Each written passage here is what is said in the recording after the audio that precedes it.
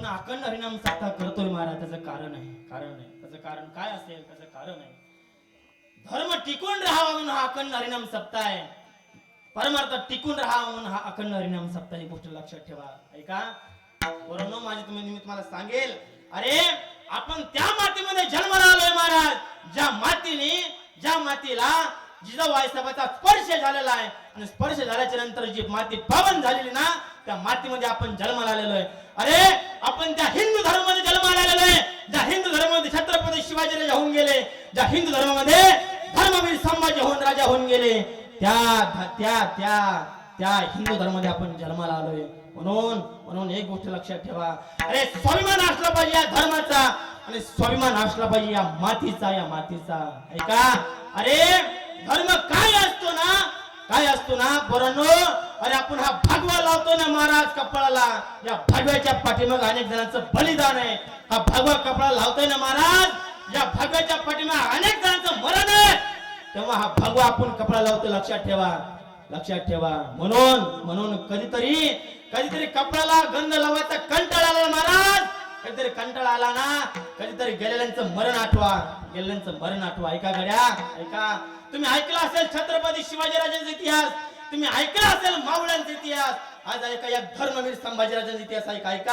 ऐका, अरे धर्मवीर संभाजीराजा असा राजा होऊन गेला गड्या, असा राजा होऊन गेला. खोटं सांगत नाही का?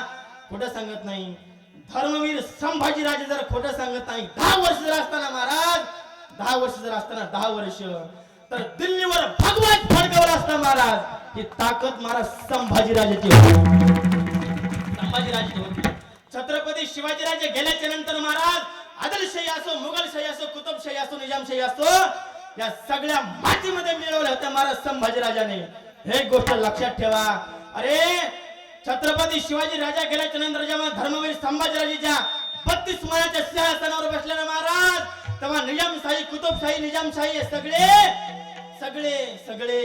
सगळे विजयाची भीक मागत होते. विजयाची भीक, आमच्या पदरामध्ये विजय पडू दे भीक मागत होते.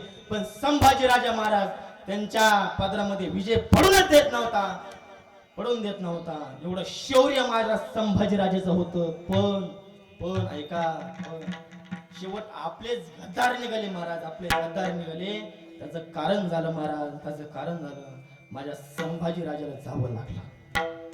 संगमेश्वरहून संभाजी राजे निघाले होते, आणि महाराज संभाजी राजाच्या स्वतःच्या मेमणीने सांगितलं मुकरब खानाला की संगमेश्वरहून संभाजी राजे येत आहेत महाराज. तर गोष्टीचा परिणाम हा झाला की 80,000 सैन्याने महाराज संभाजी राजाला वेढलं गेलं, आणि परिणाम हा झाला महाराज, संभाजी राजे आणि त्यांचे मित्र कवी कलश यांना कैद करण्यात आलं. ऐका गड्या, ऐका, स्वराज्याचे ज्यांना छत्रपती म्हणलं जात होतं, अरे नाव घेतल्यानंतर काळ सुद्धा घाबरत महाराज संभाजी राजाला.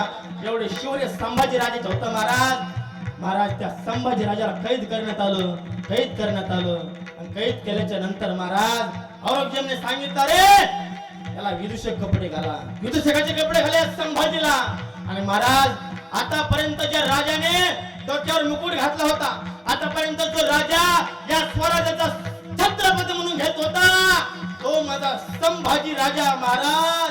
त्या संभाजी राजाला विदूषकाचे कपडे घालण्यात आले, आणि विदूषकाचे कपडे घालण्यात आल्याच्या नंतर महाराज सांगितलं औरंगजेबाने, अरे याला उंटाला बांधा.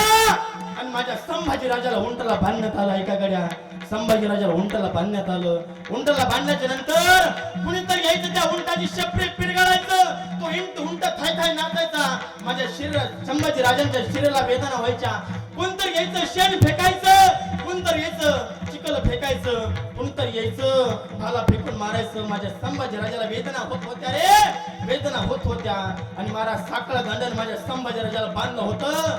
आणि बांधल्याच्या नंतर महाराज औरंगजेब समोर नेण्यात आलं. आणि नेण्याच्या नंतर महाराज आल्याच्या नंतर संभाजी राजाला तो औरंगजेब म्हणतो आव संभाजी आव.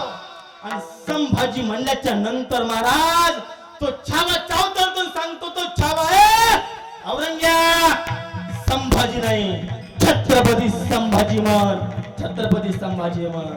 तेव्हा म्हणल्याच्या नंतर महाराज तो औरंगजेब पहिला प्रश्न करतो, पहिला प्रश्न करतो, संभा हमारा मुस्लिम धर्म स्वीकार करोगे क्या, मुस्लिम धर्म स्वीकार करोगे क्या? तेव्हा संभाजीराज सांगतो, ए औरंगजेब, धर्म म्हणजे काय तुला माहितीये का? धर्म म्हणजे आस्था आहे. आस्था कधी बदलली जात नाहीये, आस्था कधी बदलली जात नाहीये. तेव्हा औरंगजेब सांगतो, संभा तुम कैद हो, कैद हो तुम. तेव्हा कवी कलेश सांगतो, ए औरंगजेब, जरी माझा संभाजी राजा बांधलेला असला ना, जर तुला संभाजी राजा बघायचा असेल ना, तर सोने साखळदंड तुला संभाजी राजा नाही, संभाजी राजाची शमशेर सांगेन तुला. संभाजी राजा काय चीज आहे, शमशेर सांगेन तुला. महाराज असं म्हणल्याच्या नंतर औरंगजेब सांगतो, अरे एवढे बोलतेत ना हे, इसकी जुबान काढ दो. आणि महाराज स्वराज्याचा छत्रपती महाराज बांधला गेला. बांधल्याच्या नंतर माझ्या स्वराज्याचे छत्रपती संभाजीराजाला बांधण्यात गेलं. महाराज बांधल्याच्या नंतर महाराज त्यांचा जबडा उघडला जातो. जबडा खोलत नाहीये, नाक दाबलं जातं. श्वास घेण्याच्या इच्छेने महाराज तोंड उघडलं जातं.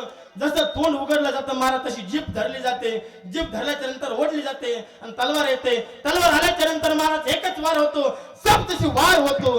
आणि वार झाल्याच्या नंतर महाराज रक्ताची धार लागते, रक्ताची धार लागते. कडे ऐका. आणि विचारलं जातं, इस्लाम धर्म स्वीकार करोगे क्या? तसा माझा संभाजी राजा सांगतो, मी माझा धर्म सोडणार नाहीये. मान हलवतो, मानतो, नाही सोडणार माझा धर्म. महाराज दुसरी दिवशी पुन्हा दुसरी वेदना दिली जाते. कानामध्ये पक्कड घातली जाते, कान उपसले जातात. तिसऱ्या दिवशी पुन्हा तिसरी वेदना दिली जाते.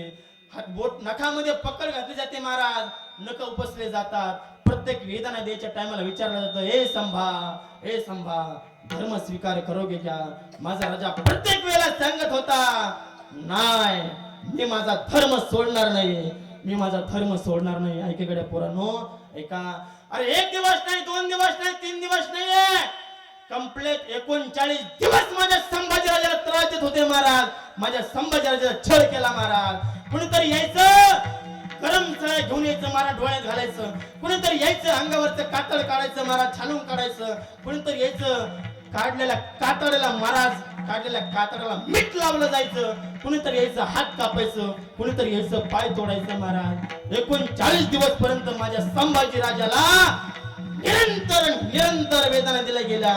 पण माझा संभाजी राजा सांगत होता, हे औरंगजेब, जरी या एका संभाजीला मारलं ना, तर या महाराष्ट्राच्या मातीमध्ये घरोघर संभाजी निर्माण होईल आणि तुला या मातीमध्ये गाडेल. माझा संभाजी राजा सांगत होता महाराज, सांगत होता. ऐका रे, ऐका. 39 दिवस पर्यंत माझ्या संभाजीला बेहाल त्रास देऊन मारलं गेलं रे, मारलं गेलं. पण ऐका, तुकडे करून माझ्या संभाजीला मारलं गेलं. पण मारल्याच्या नंतर सुद्धा औरंगजेब म्हणतो, सचमुच छावा था, छावा शेर का. अरे हमने उसकी आंखें निकाल दी, लेकिन उसने आंखें नहीं झुकी हमारे सामने. हमने उसके हाथ काट दे, लेकिन उसने हाथ नहीं फैले हमारे सामने. हमने उसकी जुबान काट दी, लेकिन उसने नहीं मांगे हमारे सामने तो लफ्ज. हमने उसके पाँव काट दे, लेकिन उसने नहीं टेके हमारे सामने घुटने. हमने गर्दन काट दी उसकी, लेकिन उसने नहीं झुकाई हमारे सामने गर्दन. सचमुच छावा था, छावा शेर का. तुकडे केले गड्या माझ्या संभाजी राजाचे. पण शेवटपर्यंत माझ्या संभाजी राजाने धर्म सोडला नाही. पोरांनो ऐका, पोरांनो ऐका.